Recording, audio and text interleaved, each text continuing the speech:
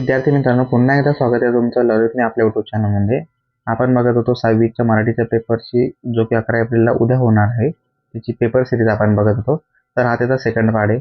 विद्यार्थी मित्रांनो, same पॅटर्नचा paper तुम्हाला सेम ॲज इट इज तुम्हाला पेपर परीक्षेमध्ये बघायला मिळणार आहे.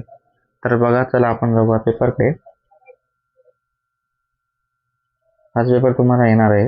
यामध्ये प्रश्न क्रमांक 4 तुम्हाला विचारलेला आहे. खालील कविता वाच व त्याखाली दिलेल्या प्रश्नांची उत्तर लिहा. खाली एक कविता दिली आहे तुम्हाला प्रश्न क्रमांक 4 मध्ये. तीच मी तुम्हाला कवितेचा उतारा वाचायचा आहे. हा उतारा दिला आहे आणि त्यावरती कृती करून प्रश्न सोडवायचे. 5 मार्कसाठी विचारलेला आहे. कवितेचा उतारा बघा. रोज नभांचे रंग बदलती, धुन दाटून येता तरी निराश आशा पुन्हा नव्याने नक्षत्र नेता घरी अवसेला पाहून पौर्णिमा नभात रुसून बसते का? मनासारखे सारे काही जीवनात या घडते का? सुखदुःखाची ऊन सावली येते जाते राग नको संकटास, लिहिल्या भिडते आयुष्यात त्याग मुलाचे जीवन रेड्या कुणास फिरून मिळते का? मनासारखे सारे काही जीवनात या घडते का? आता त्याच कवितेवर काही प्रश्न विचारलेले आहे बघा. कवितेत रोज मरणे याचा उल्लेख कशासाठी केला आहे ते लिहा. उत्तर: रोज येणाऱ्या अडचणी, संकटे आणि दुःखांना सामोर जाणे म्हणजे रोज मरणे असे कवींनी म्हटलेले आहे. बघा, त्यानंतरचा प्रश्न विचारलेला आहे. संकटे आली तर माणसाने कोणती भूमिका घ्यावी यावर 2 दिले आहे. संकटांना धैर्याने सामोरे जावे, हार न मानता प्रयत्न करत राहावे. हे 2 त्यांनी भूमिका सांगितलेले लेखकांनी. त्यानंतर एक प्रश्न विचारलेला आहे. ठरलेली गोष्ट घडत नाही तेव्हा तू काय करतो?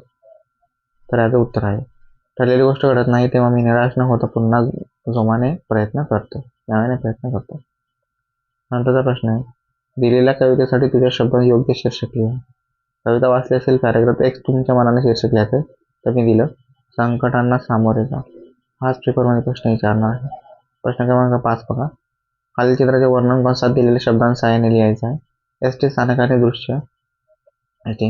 बसेस, प्रवाशांनी, वाढतो शाळेतील मुले, खाद्यपदार्थ, गाड्या. खालील चित्राचे वर्णन करा. चित्रात वर्णन करायचं तुम्हाला चित्रात दिले बघा. हे वर्णन करतो. उत्तर: चित्रात एस टी स्थानकाचे दृश्य दिसत आहे. स्थानकात अनेक एस टी बसेस उभ्या आहेत. प्रवाशांची वर्दळ सुरू असून काही जण बसमध्ये चढत आहेत तर काही उतरतात आहेत. शाळेतील मुले गणवेशात उभी राहून बसची वाट बघत आहेत.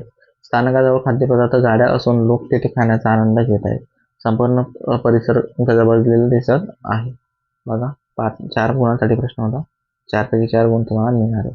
तर यासाठी इथेच थांबा. आता आपण तुम्ही या अगोदर फर्स्ट पार्ट बघितला असेल तर फर्स्ट पार्ट बघा, नंतर हा सेकंड बघा. आता चला थर्ड पार्ट जाऊया.